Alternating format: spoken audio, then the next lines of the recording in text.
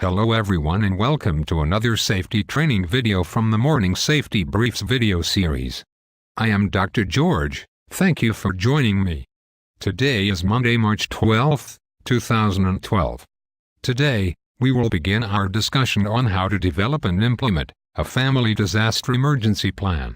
Remember, last week I said that a disaster may occur at any time and anywhere. If you want to protect your family from potential disaster situation, your family must be prepared at all times to safely confront the situation. How you survive the disaster will depend on how well you developed your emergency plan and when you initiate your action plan to address the potential emergency. It is important for you to recognize that this is not only your job. Emergency planning is a family project. Everyone in your family needs to understand the plan, learn their role and tasks assigned to them, and be ready to implement it, should the need arises. From the initial development to full implementation, practicing this plan is probably one of the most important aspects of any emergency plan. Since a disaster emergency plan will incorporate different sections and discuss many potential disaster prevention elements, this entire presentation will be divided in several video training segments. We will try to address each segment or section separately. We hope to make the entire process easier to understand and to complete. You are also encouraged to visit the FEMA website for more information. Okay, let's get started with our first topic: disaster awareness. You know, as I mentioned earlier, we are all prone to experience a potential major disaster in our lifetime. Disasters come in different forms and sizes. Quite often, we don't hear about a disaster until hours have passed. The good news is that most of us are able to obtain news from all around the world within seconds of something major occurring. Through modern technology, today we are able to communicate in real time from one part of the world to the other in seconds. The first task, or element that every emergency action plan must implement, is the communications component. How we obtain the information and how we distribute that information to everyone else in our family and other team members will determine the success of the action plan. There are many forms of communication devices that may play a vital role during a disaster response situation. Depending on your budget and family needs, the right communication device needs to be practical and provide the basic functions for your family safety plan. Obviously, a portable radio is important. You should always have an electrical and battery-operated radio. Since the electricity may go out, you want to have plenty of extra batteries on hand to stay informed of the current news, weather reports, or whatever is happening outside your community. Remember, there are many different types of radios on the market. You want to have a radio that receives the National Weather Service broadcast 24 hours a day.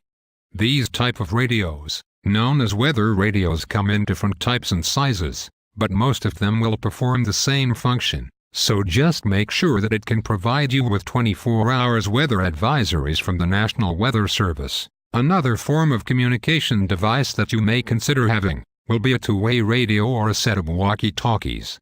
These devices will be useful if your family needs to temporarily separate. You must remember that during some disasters, radio antennas may not be available, so if possible, take this factor under consideration when purchasing two-way radios. With today's technology, there are satellite radios and telephones that are available to the general public, but these items are pricey. Once you have settled on the right communication device, make sure everyone in the family learns how to use them.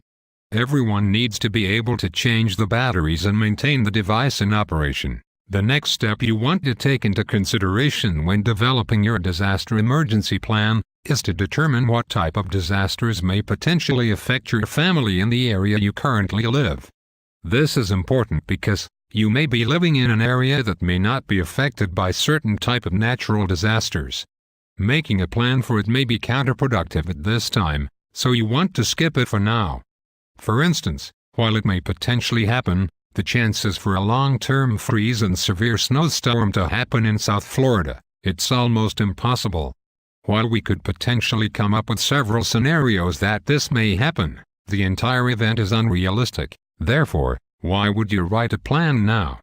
Don't take me wrong, You may eventually write a disaster plan that would incorporate this disaster event, but not right now. Ask yourself the following question.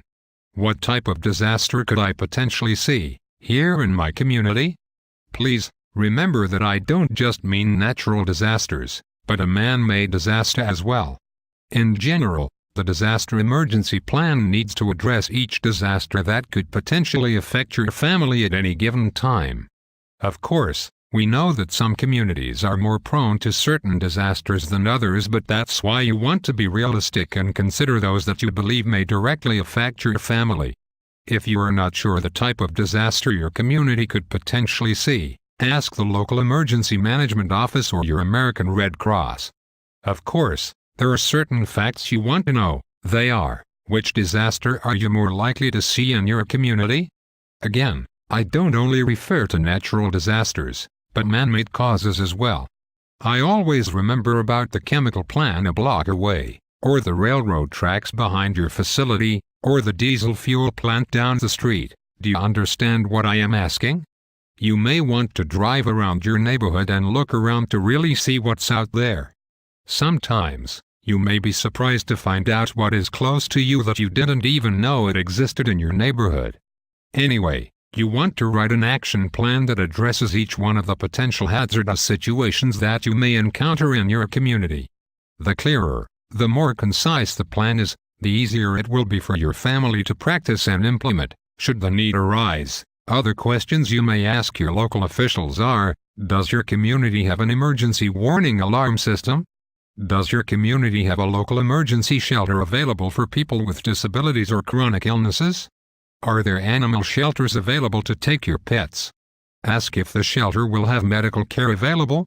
Overall, you want to know what you and your family will need to do if you are required to implement an emergency plan. What will you need to do if you need to evacuate your home? And finally, where do you need to go if you need medical assistance for an emergency situation? Well, that's all we will cover in today's discussion. We will continue tomorrow, so please join us. Well, I hope I was able to provide you with valuable information about preparing a disaster emergency plan. Don't forget to join me tomorrow for more information of emergency planning. I certainly hope and pray you will never have to use it. But, I strongly believe that it is better to be prepared than to be sorry, so get started with your emergency plan if you don't have one. Thank you very much for joining me. May we suggest that you become a regular viewer to the Morning Safety Briefs website by subscribing to our email? It's easy. Just visit our website at www.morningsafetybrief.com. Once again, thank you for joining me. Remember, safety is everyone's responsibility, so do your part to ensure a safe and healthy environment. Until next time, this is Dr. George, wishing you a safe and pleasant day. Goodbye.